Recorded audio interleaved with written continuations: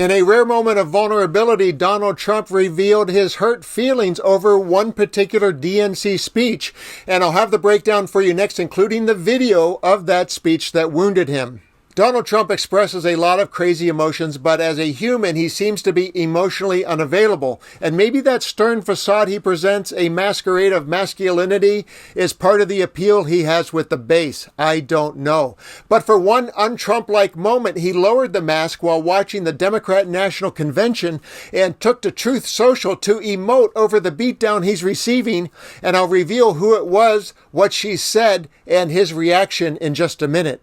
To complete this story, I had to go to Truth Social to look at the Trump post that is the foundation of my report, but the other bizarre things I found there are worthy of a quick sidebar.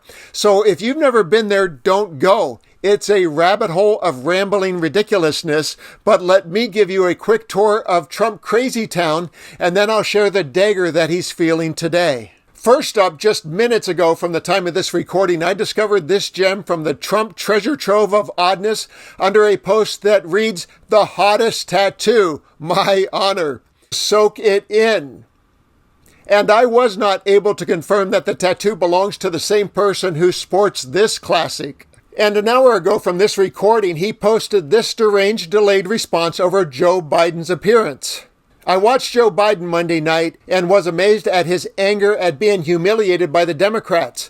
I was happy to have played a part in his demise in that it all began on the evening of June 27, 2024, the debate, which I think was heavily pushed and promoted by Comrade Kamala Harris. The nickname that is not sticking. She knew what was going to happen, and so did everyone else. It led to a first ever coup of the President of the United States. The narrative that is not sticking, who is now unhappily sunbathing on a beach in California, watching the waves and thinking about how much he hates Barack Hussein Obama. Hussein is his classic dog whistle. Crazy Nancy Pelosi, and lightweight movie star George Clooney, who failed to come to Crooked Joe's defense.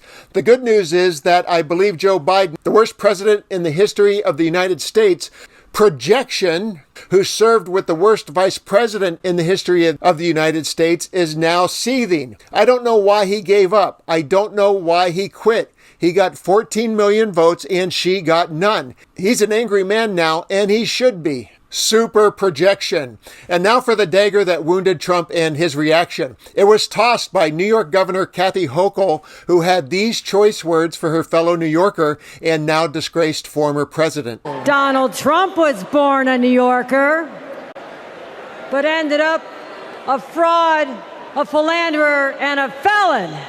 If you think you're tired of Donald Trump, talk to a New Yorker. We've had to deal with him for 78 long years. The fraud, the tax dodging, the sham university, the shady charities. We've seen him stiff contractors, rip off workers. He abuses women, brags about it, and then takes away their rights. And New Yorkers are sick of it. It's no wonder he had to flee to Mar-a-Lago.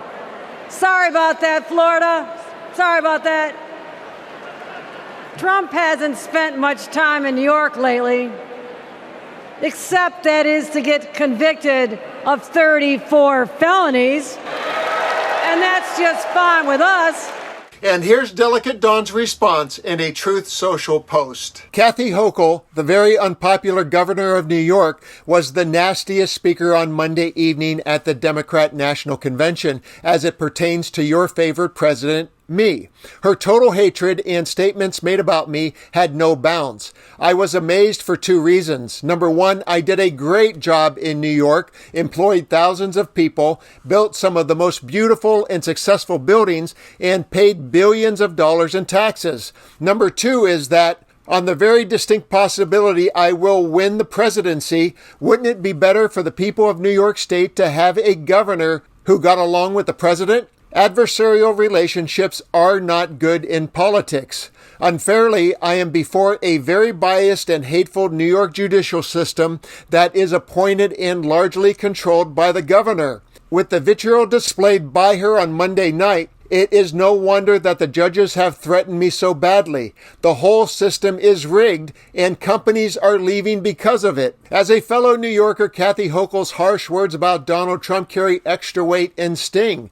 Trump has long cultivated an image as a savvy, successful New York businessman, and he clearly feels threatened by the attack, as evidenced by his defensive Truth Social post.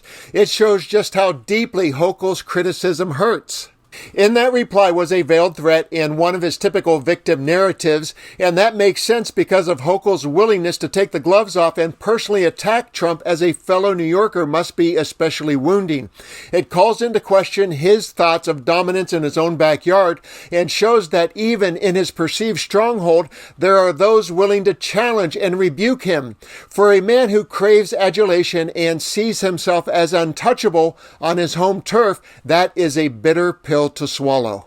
So that's my theory, and I would love to hear yours with a comment below. I'm Dan, and I'll see you next time for Occupy Democrats.